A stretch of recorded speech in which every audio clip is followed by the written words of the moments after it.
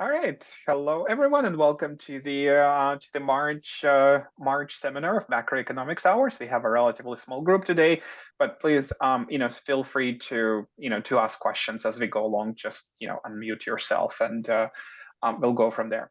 So we're going to talk today a little more about income and wealth inequality, and it's a fascinating topic, absolutely fascinating topic, probably because the research in economics, especially research on linkages between inequality and economic growth, are so uncertain. And so I thought that this is a really good opportunity to talk a little more about it, to talk a little more about what happened during the past 3 years during the pandemic in the United States, and go from there, right?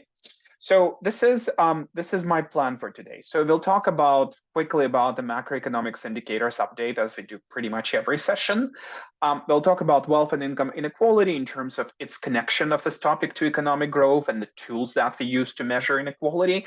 And I'm guessing you've probably seen some of them, but probably not a bad idea to go through them. Some of the recent research that started to emerge, and inequality during and past COVID to an extent, right? Okay. So macroeconomic indicators. The indicators are looking good. I keep saying that the United States economy is like that little choo-choo train, not good, right? It just keeps going and going and going. Our unemployment rate is slightly up by 0.2% since January, as of the end of February 2024. So I think this was just published literally this Friday. Overall employment is doing really well. We are probably still below the natural rate of unemployment. So natural rate of unemployment is probably just a little bit north of 4%, at least in my opinion. Labor force participation rate had been extremely stable. Inflation is slowing down. The overall CPI for all consumers is roughly at 3.1%. The core CPI, which, as a reminder, excludes food and energy prices, is going down, and it's still at about 3.9%. So they're both moving in the same directions. But as we said before, and I think we've mentioned that in multiple sessions, it does take longer for the core CPI to come down, right? And in terms of the monetary policy, the federal funds rate is unchanged as of January 2024, and it's been the same rate since July of 23. It looks like in March, the likelihood is that it's going to be the same. But I think after March, if those trends continue, we'll probably see the Federal Open Markets Committee of the Federal Reserve to start taking those down in 25 basis point increments. So these are good news all around. The economy is stabilizing and is doing really quite well. And with that, let me transition to the main topic, which is wealth and income inequality. So first question is, why do we care about inequality? And I'd love you to tell me why you think we should care. Anybody wants to speak up? Feel free to unmute yourself. I don't know. I think everybody likes to compare themselves to everybody likes to compare themselves to their neighbors and their friends and the people that, seem to have it all. Oh, that's true, despite, sort of the saying that comparison is the thief of joy, right? Okay, go ahead. Sorry, go ahead. I think there's a lot of unfairness. Yeah, absolutely, absolutely. And so, sort of one of the quotes I wanted to share with you today is from Alessina and Perotti. And these are basically, Alessina and Perotti, by the way, I used their work, and particularly Alessina's work, so much when I was writing my dissertation. These are, economists who do a lot of work in the sphere of public finance, so economics of the public sector, and also macroeconomics, right? And so, one of my favorite quotes in here is that what high income inequality increases the probability of coups, revolutions, mass violence, increases policy uncertainty, threatens property rights, negative effect on investment, and reduces growth, right? And this seems like an extremely, extremely reasonable statement. The only problem with this, and by the way, income inequality, of course, would lead to wealth inequality, as some groups accumulate more income, they should be accumulating more wealth, and then it becomes a reinforcing cycle, right? Because wealth will generate additional income and so forth, right? Okay, but it turns out that when you look at this inequality growth transition mechanisms, and there's been a number of those transition mechanisms that were identified in economic literature. You could look at the relationship between inequality and the level of economic development. Inequality, we generally think that it contributes negatively to technological development, social, political unrest. Savings rate, it's a different story, right? Because savings rate, the relationship likely goes the other way around. As you accumulate more income, as some groups accumulate more income, they increase their savings rates more. And so they can contribute more to investment, right? Because investment in macroeconomics really comes from the combination of public and private savings, as well as the savings of the foreigners, which is our trade deficits, essentially, right? You could say that it's a credit market imperfection transition channel potentially. There are, political economy, institutional issues, fertility rates. But, the truth is that if you look at the economic literature, there is a significant amount of ambiguity and inconclusive results. And here's just one of those examples. The relationship between inequality and growth is positive in high income countries, but it's negative in low income countries, right? And that in many ways, sort of this overall abundance of different results from the literature is actually quite amazing to me, right? So in terms of the tools that we use to measure and to visualize inequality, one thing that you've probably seen, especially if you took macroeconomics classes or some of the public policy classes, we use something that's called a Gini coefficient or a Gini index. So it's either done on a scale of 0 to 1. And if you do that 0 to 1, we call it a coefficient. If you do that on a scale of 0 to 100, pretty much just scaling things up by 100 to express it in percentages, that becomes a Gini index. This gives us a measure of how a society is doing income inequality wise, even though you could actually compute it for all kinds of things, right? Because all that it does is that you can compute it either as the expected gap between two randomly chosen people. For example, if you have this theoretical society where everybody is equal, right? Something that the socialist economies tried to do but didn't do terribly well. You would expect if you choose just two people randomly from a group, they're going to be roughly the same, right? Sort of the gap is going to be close to 0. So essentially, if you do this, expected gap and compare that to the actual gap between two randomly chosen people, that's one way to compute it.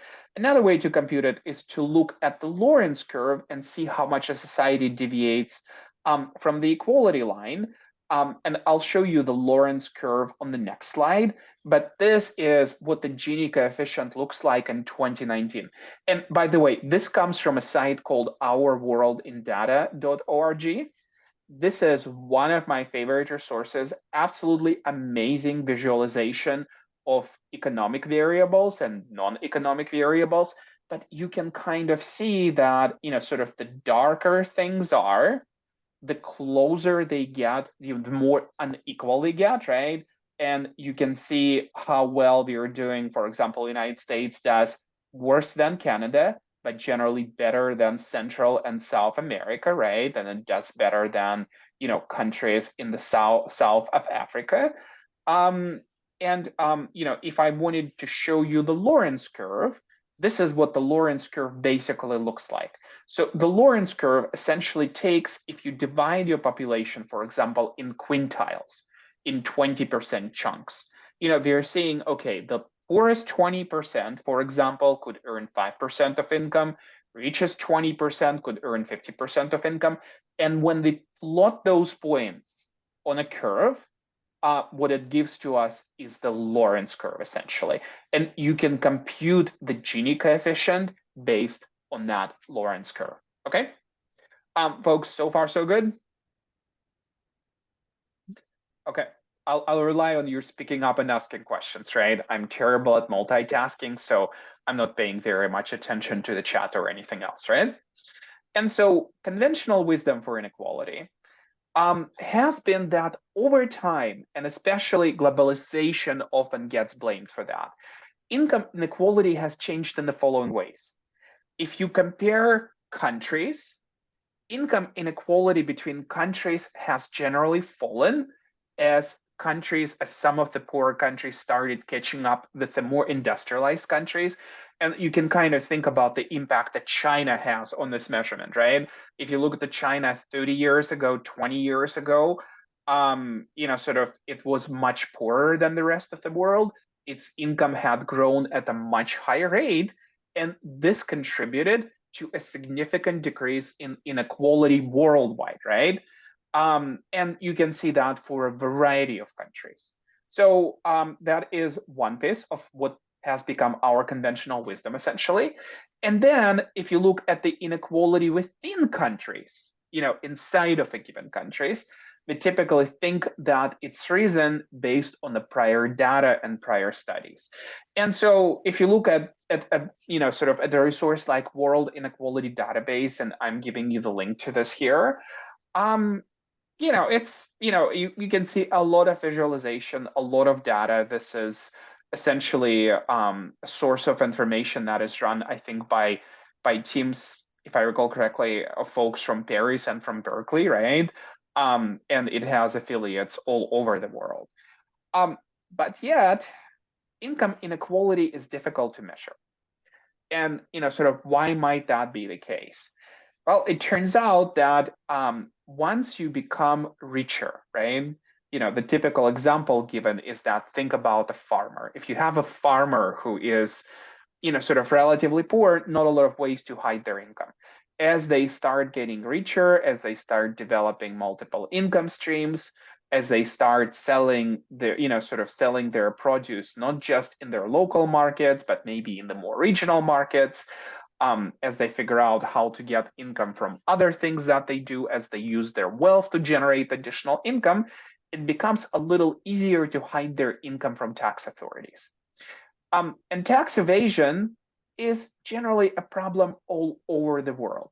And we typically think that, the very rich people generally are very good at hiding their incomes through both tax evasion, which is illegal, of course, and tax avoidance, which is legal. And tax avoidance we generally define as, taking legal measures to take advantage of the tax code, right?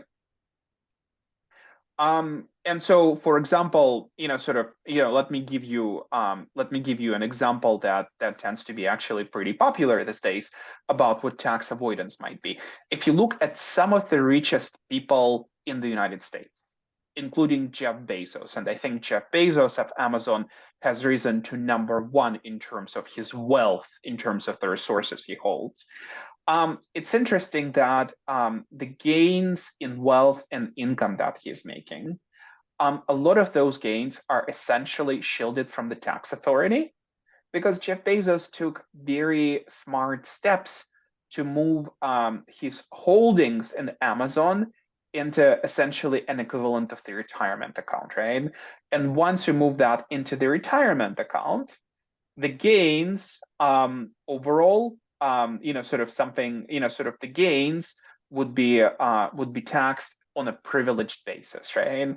And so the expectation is that because of the types of retirement accounts that he set up, he paid the tax early on when the value of Amazon was next to nothing. But any of the gains that he made are going to be non-taxable because the Congress did not put appropriate limitations, or did not put sort of limitations on how much your base in those tax privileged accounts could grow to remain non-taxable, right? And so to a large extent, sort of I hear people, by the way, blaming this on Jeff Bezos, but no, this is classic tax avoidance, right? He took advantage of the tools that existed, and it's on the lawmakers to recognize the shortcomings of the policies that they had set up and to change them accordingly, right? Though you couldn't, make those changes kind of looking back and tax what has been shielded already. But anyway, back to the conventional wisdom and some of the non-conventional research that is rising. So the new research on inequality, and this was the paper of Penkovsky, Saleh and Martin, and Saleh and Martin is an absolute giant in macroeconomics, Chatterjee, Len, and Nober. This was the subject of the Economist article. Essentially, what this paper that just got published in March 2024 as a National Bureau of Economic Research working paper. So what they found is that, as people get richer, they're more likely to hide their income from the taxman. And that applies not only to the richest people, right? But it also applies to a lot of people who would be a part of the middle class, so the upper middle class. And once you make this adjustment, and so they've done some, fancy work to make those adjustments, what they're finding is that intra-country, so poverty within the country, I think I have a typo here. Inter-country poverty, I think first one is supposed to be inter, so poverty comparison among different countries had decreased more significantly. And the inter-country income inequality has not increased, right? Actually, both are intra, so within the country rather than between the countries. So, this challenges the second point that I talked about that says inequality within countries has increased, right? And this is a really, really interesting paper, partially because it serves as one of the arguments against people who tend to blame globalization for our economic troubles. Globalization basically means more trades, and economists largely posit that more trade is a good thing for the country. And the conclusion that we can make from this is that the rise of the middle class across the world is a relatively solid rise, and it's going to be difficult to push that rise of the middle class, the improvement in their living conditions, their income, and their wealth. It's going to be much more difficult for an external event to disrupt something like this. And this is absolutely amazing. Of course, there is still significant disagreement on the methodology of this paper, but still, I'm glad to see this incredible level of discussion within the profession that challenges, the knowledge or the principles that everybody had taken for granted so far. And sorry. Go ahead, please. So the conclusion, rise of the middle class is solid. Are you saying that it's pretty resilient to outside economic? It's the resiliency. Exactly. Okay. So if you're seeing that the gains are relatively small, or the gains are not distributed among the world, what we typically expect to happen when you have external shocks, that means that somebody who is in the middle class can fall back into the poorer part of the population relatively easily. In this case, what this suggests is that across the world, the middle class is becoming more prominent rather than less prominent as we sometimes believed, or at least we believed in at least a few cases. And that is pretty amazing to me, right? This is a really, really good development. And this also shows to you how important, how the devil is in the detail of all of those papers, because so much of this rests on the methodology, and small changes in the methodologies or even new methods in methodology can change what we know about the world, and thus the direction of public policy quite considerably. Right? Do you have any data on this about US in particular? Sure. And so let me talk about US a little bit more from the perspective of what took place during the pandemic. Okay. So because I thought that those results were really interesting. So if you look, so I shared the article from the Pew Research Institute in the comments on my post. And so what this is based on is a survey that the Federal Reserve System does every 3 years, and I'll talk a little more about the survey. But the last two surveys were done in 2019 and 2022, right? Every 3 years, as I said. And so what we've seen, and this period essentially covered a couple of years of the pandemic, essentially, right? Sort of, which is good. So the government fiscal supports, like the CARES Act stimulus payments, they have significantly impacted the wealth of United States households. And this impact overall was very, very positive. So if you look, let me see if I can draw here. So if you look at this, this graphic right here, the median wealth of US households, the wealth gains are pretty considerable. These are, by the way, wealth gains in real terms, right? And so if you look at the median household, the wealth increased by almost $40,000, which is significant. If you look at poorer households, and this is your bottom quarter of the population, there was an increase in wealth of roughly $500, right? Which is small, but this is going in the right direction.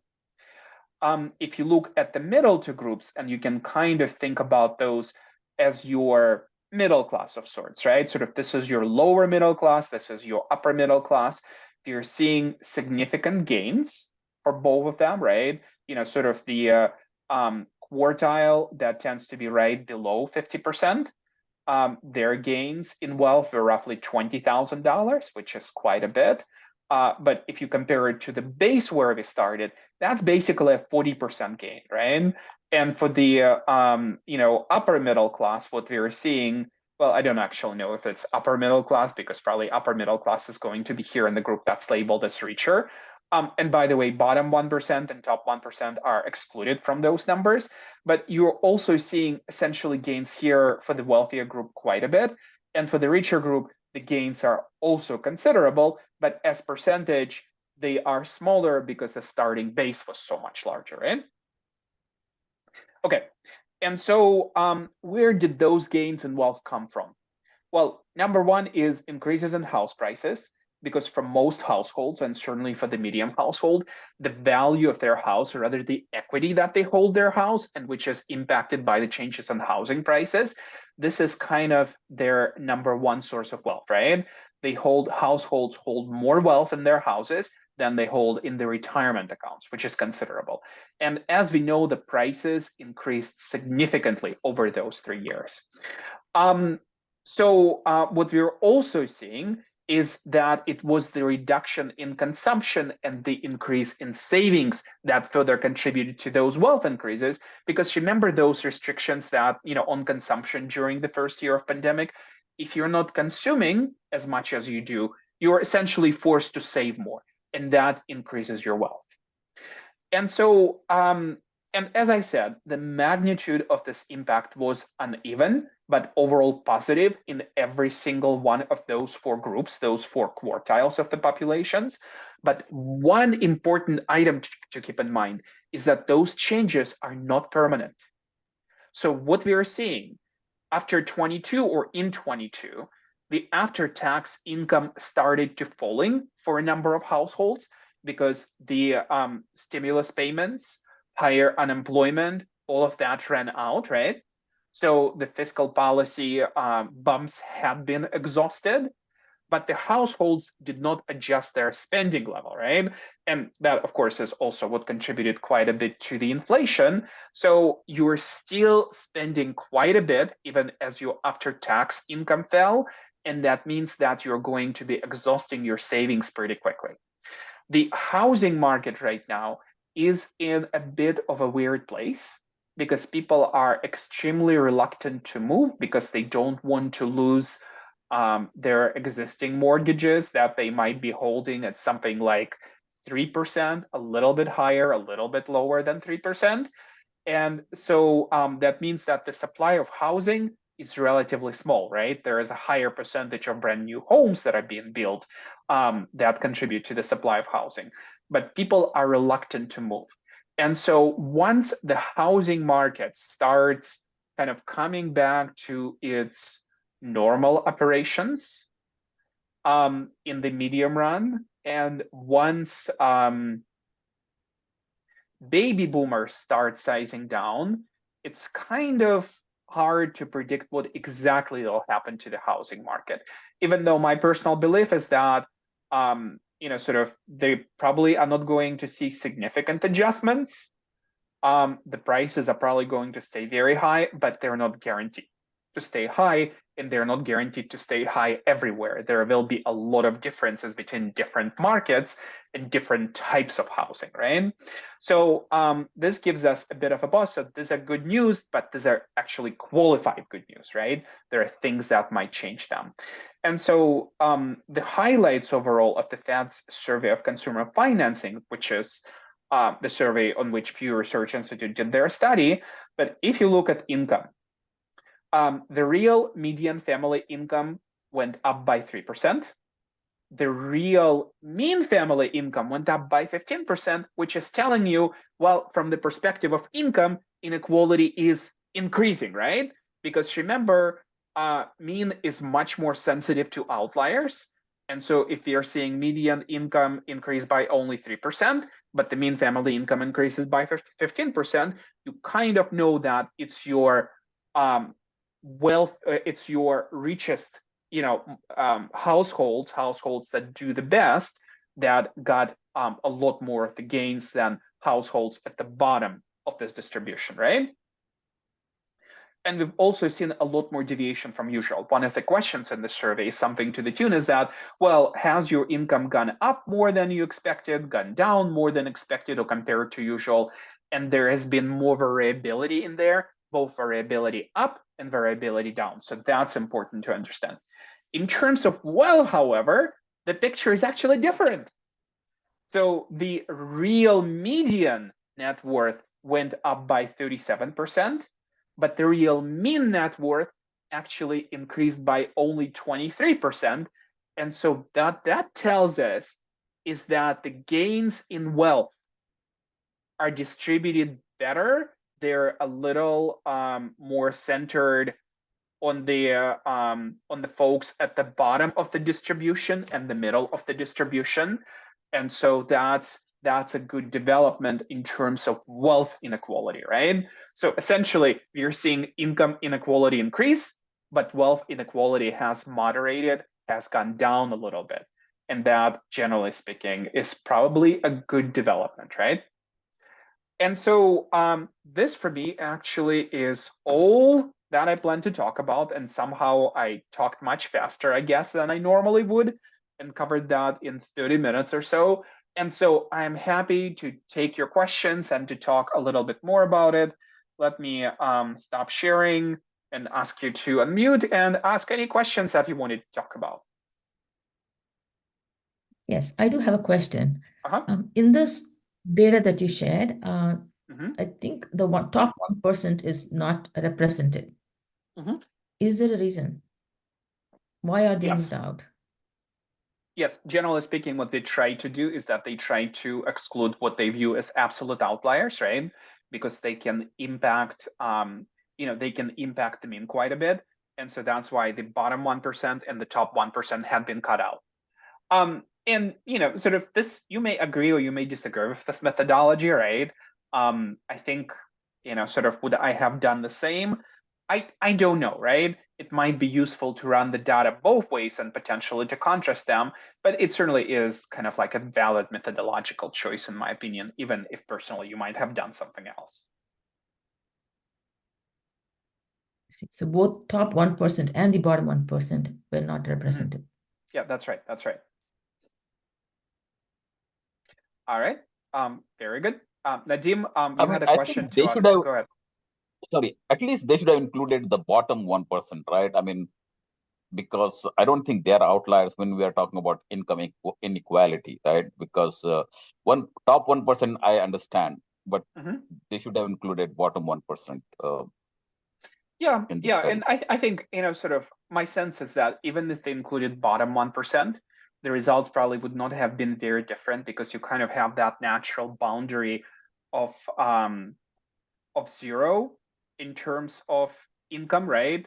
even though that boundary, I mean, it's not an absolute boundary for the wealth, because you could have negative wealth, though it can dip down a lot more below zero. But my sense is that it probably wouldn't have changed the results all that much.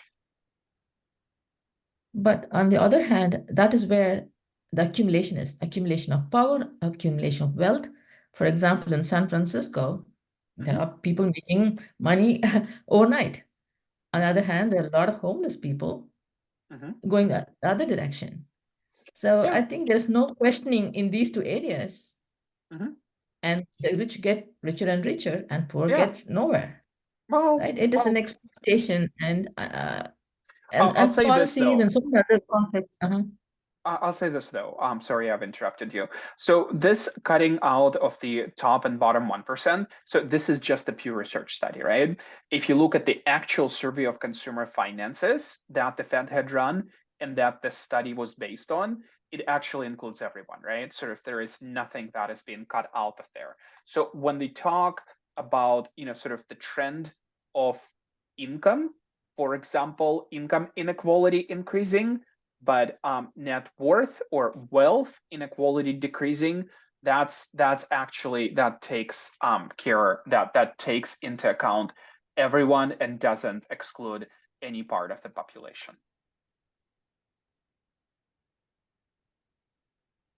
Professor, one more thing. You mentioned that the CARES Act had a positive impact on income inequality. I don't think so, because that is, I believe they spent like $2 trillion or something in that package, and that's borrowed money basically, and someone has to pay that eventually. And I'm afraid that the lower income people, because they cannot hide their wealth or they're not good with their taxes, I guess, they will be paying for that, compared to the rich people.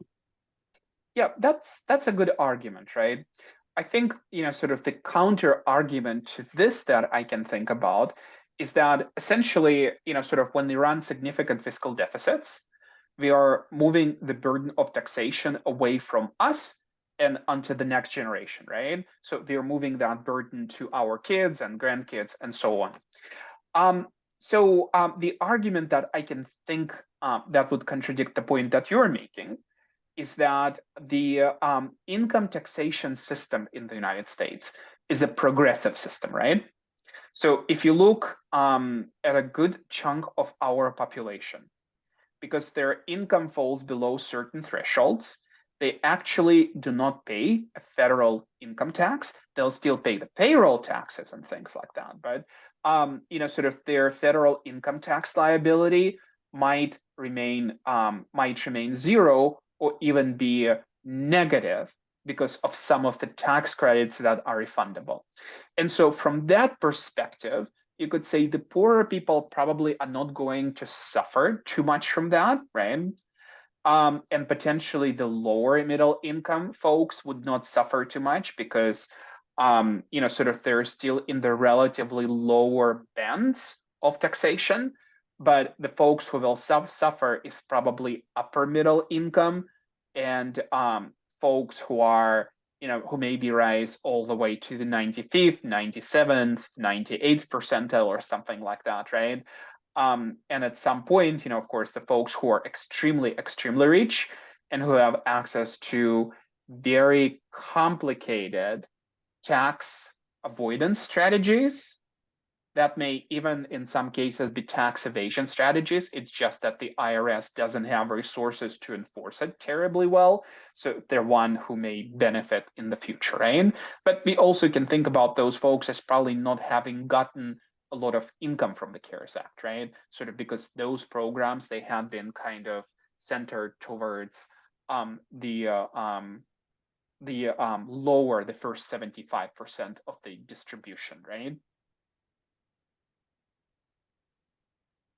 Yeah, you know what? I can speak to that on a government level. For me, Sure. With DuPage County, we got so much money for the American Rescue Plan Act. So that's ARPA.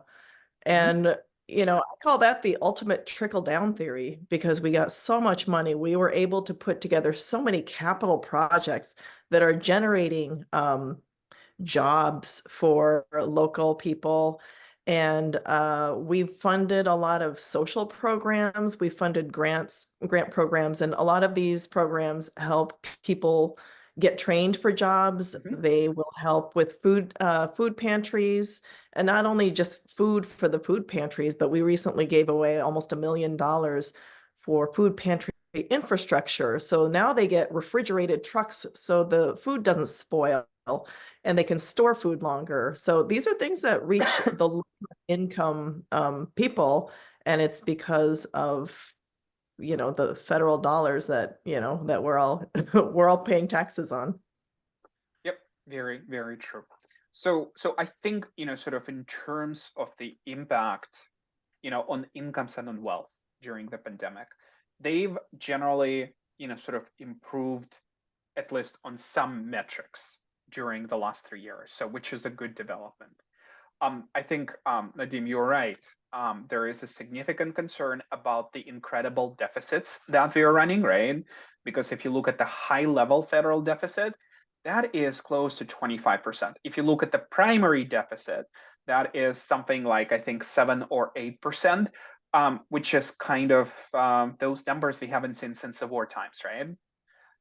And to me, this is going to be a huge challenge. And what that tells me is that in the future, taxes inevitably will have to go up to pay for this, or something else will have to happen, something like higher inflation, which will lead to a redistribution of both income and wealth in ways that are difficult to predict right now, right? Sort of, I think in some of the past sessions, we've talked about the clock ticking for the United States in terms of the amount of fiscal space that it has on the federal level. And, that clock might be ticking for the next 20 years, but after 20 years, I think those changes might be irreversible without very, very significant and very difficult adjustments that will hit all of us very hard. So I am hoping that however the elections go, we will become much more fiscally conservative, because honestly, there is not a different choice that we have. And these are difficult decisions politically, because nobody wants to tell the electorate that my plan is to raise your taxes. That is not what the people vote for. There has been this famous quote that is attributed to a former senator, I think, or congressman from Louisiana, who said that, sort of the usual approach when discussing taxation is, don't tax him, don't tax me, tax that fellow behind the tree, right? Sort of we always try to make the burden of taxation fall on somebody else, but not on ourselves and not on people that we care about. And unfortunately, that's, again, not going to be an option in the future. That burden of taxation will have to be distributed much more equally. Sort of both middle class and the richer folks will have to bear a much more significant burden of it. So how is corporate tax considered? Because this is not on any particular individual, it is on a company. That's right. And generally speaking, what we've seen in the world, in most countries as they develop, the level of corporate taxes have been decreasing, right? And in some sense, you can view corporate taxes as a double taxation, because when you tax the income of the corporation, that income ultimately, whether it will happen right now this year or it will happen in the future, that accumulated income is going to be distributed to the shareholders, and the shareholders are people, right?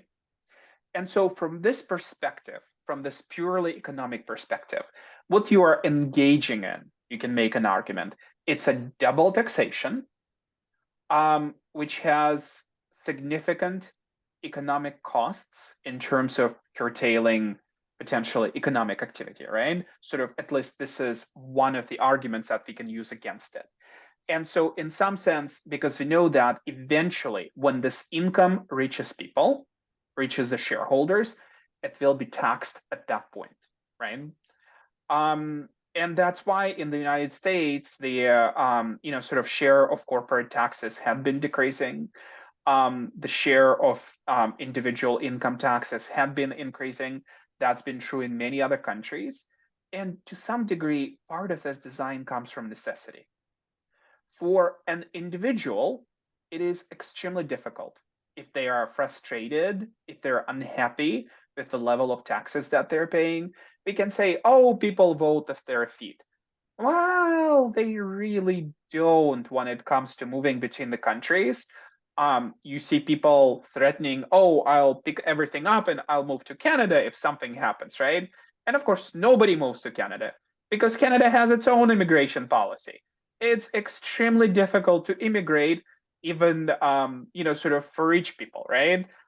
People don't recognize how difficult that is. So people are not mobile between the countries, but corporations actually are, right?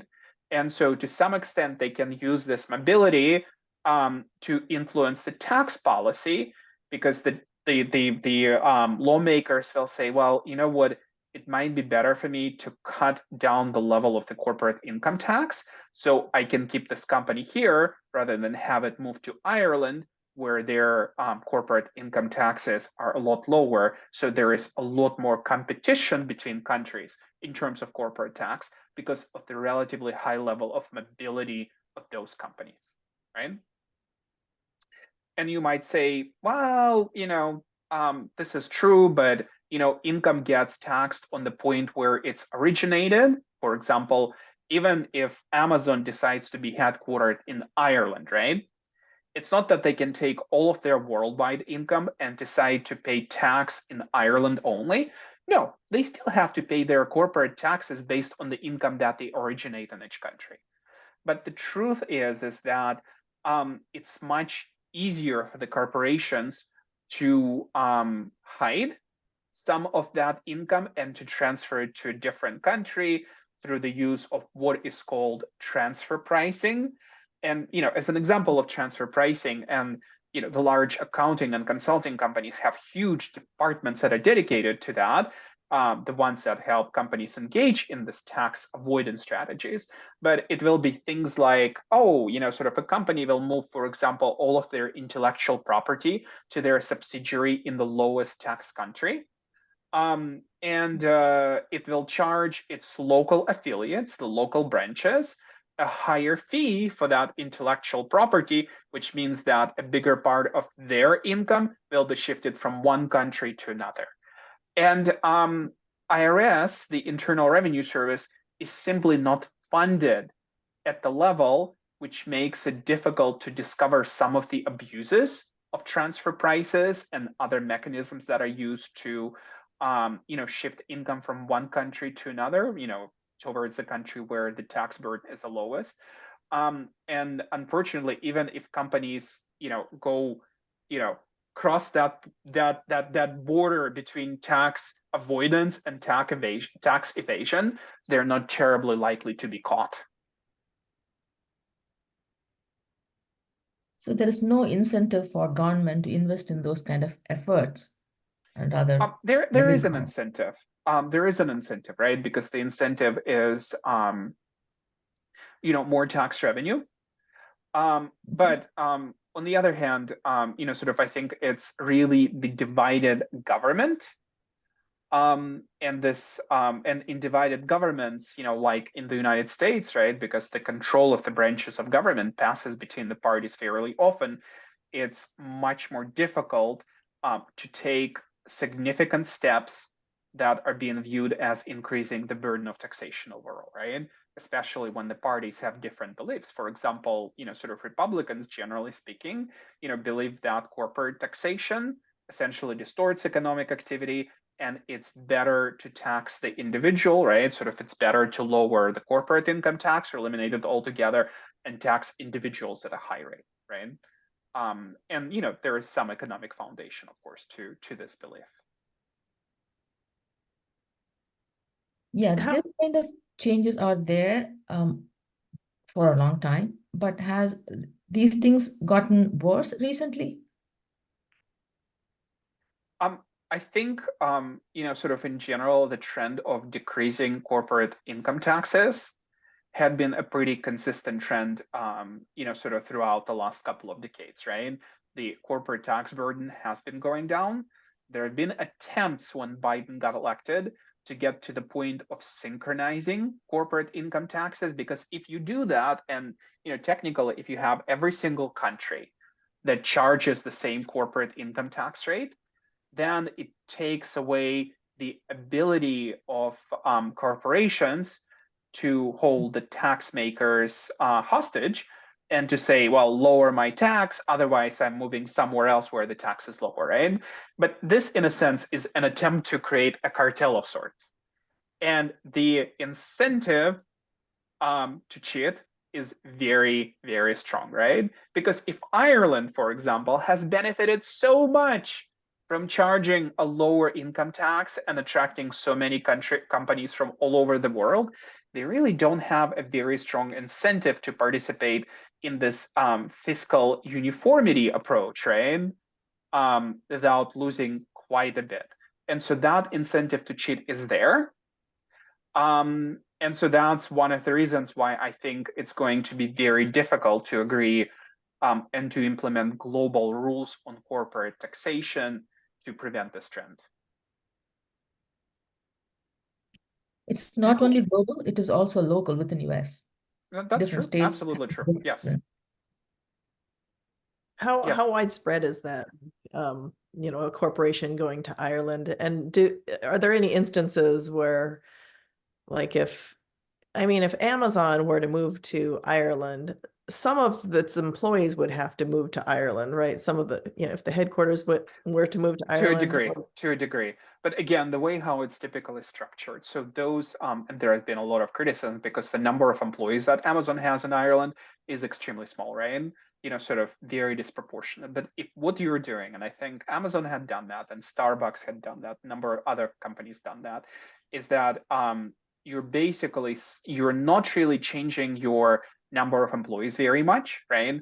All that you are changing is you're starting to take different approaches towards the way how you use your assets and how you account for how income is drawn, right? So Amazon, for example, will charge, or Amazon or Starbucks, they'll charge its national affiliates or national components, national corporations, an intellectual property fee for using the trademark, for using the recipes, for doing things like that, right? And all that you do is that you're transferring all of those things to be held by their Irish subsidiary. And the Irish subsidiary essentially raises the rate that it charges everyone else for the use of intellectual property, right? And making the case that what is being done is not appropriate, right? And it's just, a tactic that crosses into the tax evasion space, away from the tax avoidance space. That's difficult to prove, right? These are expensive and expensive lawsuits that will go on for sometimes not just years, but decades, right? And that are relatively difficult to win, especially when the National Tax Authority is quite underfunded. Yeah, like Anna was saying, we in Illinois, we're competing with Indiana. We're competing amongst states that, where companies are saying, I'm going to move unless you give us this incentive, so. Yeah, that's right. That's right. But, in many ways too, however, this is a positive thing, right? Because, the beauty of, sort of the challenge of operating in the US is that you have 50 different regulatory regimes to comply with, right? Potentially up to 50. In some cases, if you're looking at Ohio, where sort of each of the, and a lot of other states where municipalities will charge their additional taxes, additional use fees, it becomes a mind-dazzling number of taxation regimes. But on the other hand, it's also a laboratory of innovation. And this is something that kind of, sort of in public finance, there is, sort of this very famous image of viewing government as a leviathan, right? Sort of this mythical monster of some sort. And if unconstrained, it will continue to grow, right? And there is some truth to that statement. And having competition amongst the different tax regimes helps to constrain that Leviathan. And for Illinois, that's pretty important, right? Because Illinois at this point, I think in most surveys or in most computations of the taxation burden, Illinois right now is the highest tax burden in the entire United States. And that's a huge concern. Yeah, it hurts. It really does. It really does. No question about it. And to this regard, I think, sort of as residents of Illinois, or at least I know, Lucy, you are, I am, right? Sort of other folks might be residents in here. Actually, to residents of all states, that's a positive development that constrains the lawmakers, especially lawmakers from states that are dominated by a single political party, from continuing to raise taxes and do other weird things that they subject their citizens to, right? It contributes to the system of checks and balances. Sure. And to a degree, this is also competition within the state too. I mean, if we're talking about DuPage County, which is generally fairly business friendly compared to, for example, Cook County, and sort of when we deal with public governments, to some extent corruption exists everywhere, right? That's just a universal fact. But generally speaking, I think it's safe to say that if you compare corruption levels, DuPage County is much less corrupt than Cook County, which we all know the nickname that's given to Cook County, right? And from that perspective, it does constrain, for example, what the Cook County can do to essentially, in terms of their continuation of taxation of their residents, right? Which at some point, can basically rise to the level of expropriation, one might argue. Right. Another question is on the social side, wealth also influences power, imbalance of power. Kind of it's a vicious cycle from then on, right? Are there any studies or social ideas on these? Oh, I'm sure Fascism, there is plenty. I probably won't be able to answer your question without doing some additional research. But yes, there is significant research on that in political science. There is significant research on that in public finance. So there is, there is absolutely work being done on this. On this, though, I might not be able to cite this work for you right now. Just asking for your opinion. Yeah, I hear you. Professor, yeah, and what's your opinion about universal basic income for reducing income inequality? Well, personally, I have very strong opinion on that. In a sense, I tend to be fairly fiscally conservative, right? So far, actually, I mean, most economists tend to be fiscally conservative, I would say, right? This is a nice break from the rest of social sciences, something that moderates the level of, sort of orientation in social sciences in general. But so far, I am extremely skeptical about the universal basic income idea. All of the studies that we've seen have been extremely non-conclusive studies. Most of them have found relatively little change in economic activity, but significant changes in people's feeling of well-being. So, for example, people who get universal basic income, they generally feel happier. And I don't think that we necessarily needed specific studies to answer that question. This is something I think that all of us could have predicted very, very easily. That if you have a guaranteed source of income that comes to you no matter what, you're going to feel better about yourself and better about your future and about your family, right? That's going to be there.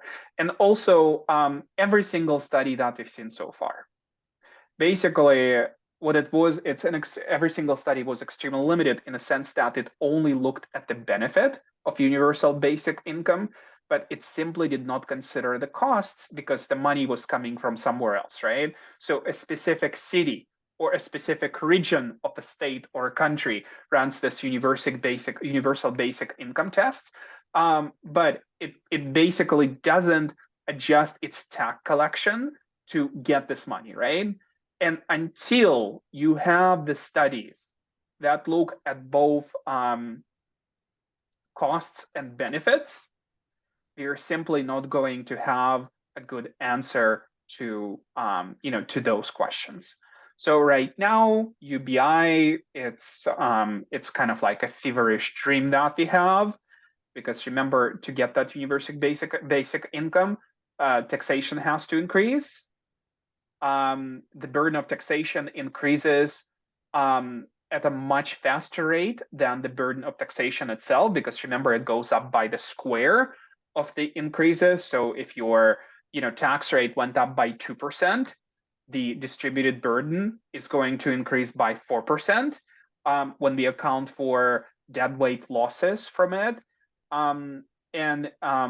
We better would have to get some absolutely incredible, some amazing gains from universal basic income in order to make up for those extreme welfare losses associated with higher taxation. Yeah, I also want to mention that, it's not tied to anything. So like, it sounds like a great idea. However, it might trigger inflation. It might trigger mental health issues for people who are like, well, I don't have to work anymore. I'm just going to sit in my mom's basement and play video games all day. And so we talk about this a lot at the county. Like, if we had something like that, I would only want it to be temporary. And I really don't want it to be just free cash for everyone. It needs to be tied to something. Okay, we'll pay for your tuition. We'll pay for job training. But when you're talking about just universal basic income, number one, it comes in all these different forms. And number two, so much of the success stories that I've heard, and number one, it doesn't come from tax funding. These are pilot studies funded by like technology companies. Those are what? Oh, so I don't think Anna's there. But then the success stories are anecdotal. So without much data, we just have a happy story. And that's not enough for most people. That's right. That's right. That's absolutely the criticism of those studies, because they simply don't take into account tax burden, because money comes from somewhere else, some external source. And you know what? If the aliens, whatever, if there was money falling down from the helicopter, right? It's all great and wonderful, but this is exactly what those studies are. It's helicopter money in those studies. So yeah, it's going to be, it's going to be hard. And as Lucy said, there are better uses of money, right? There are some very specific things that we can do both locally and, I think on a national level. For example, we know that the gains from education tend to be extremely good, right? The building of human capital, this is what contributes a lot to our welfare, both now and in the future. This is a true investment in higher income in the future, right?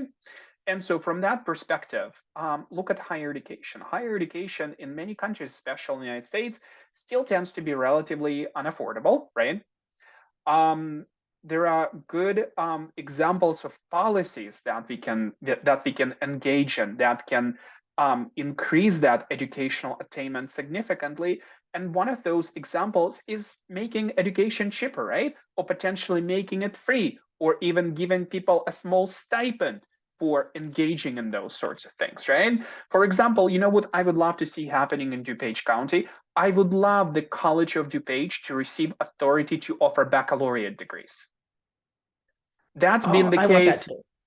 That's been the case in in every single case. What we've seen, the research on that shows that when this happens, educational attainment increases considerably. People earning power increases considerably. It doesn't actually impact very much the rest of the four-year colleges and universities, because that's the usual fear. Four-year schools will fight this tooth and nail because they don't want more competition. But in the studies that I've seen, and granted, the last study was from a couple of years ago, so there may have been new studies on that.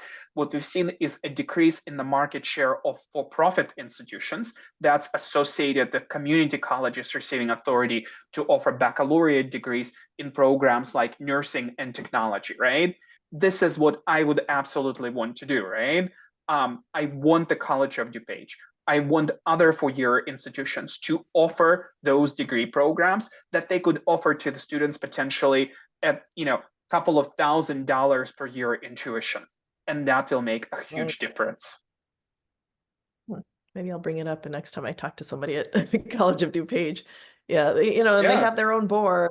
They have the levels of bureaucracy and jurisdiction are mind-boggling to me, especially now that I'm in it. But where there's a will, there's a way, and DuPage County has so many people. Yeah, there's plenty of that actually is one of the reasons why I thought about running for the board of College of DuPage at points, right? Yeah. If I ever wanted to do something in public service, this is what it would be, right? And taking this absolutely amazing institution. And of course, no institution is perfect. College of DuPage has its challenges, but generally speaking, it's an extremely good school. I think it's the largest community college in the state of Illinois, and it's the largest community college for good reason. And so offering a set of programs that would lead to baccalaureate degrees, starting with nursing, I think would be an incredible benefit for the population of the DuPage County. That will be an excellent investment, especially given the immigration issues and local social issues and online thing. I think that will be a great investment, investing in our own local economies, especially given the nursing shortage. It's a horrible nursing shortage right now. That's right. And sort of we've seen over time that it's been sort of the nursing profession has tried so hard to move to a baccalaureate degree kind of as the required entrance credential. I'm somewhat skeptical about that, but that shortage also prevented the nursing profession from offering more training to nurses and from making potentially them more effective in the sort of in providing patient care. So I'd love to see more of that. That's a great idea. Yeah. Well, all right, folks. Any other questions? Any other thoughts? This is very helpful. I always feel smarter when I come away from these. I'm glad to hear it. Thank you. That's very kind of you to say. All right, folks. Well, thank you very much for joining me.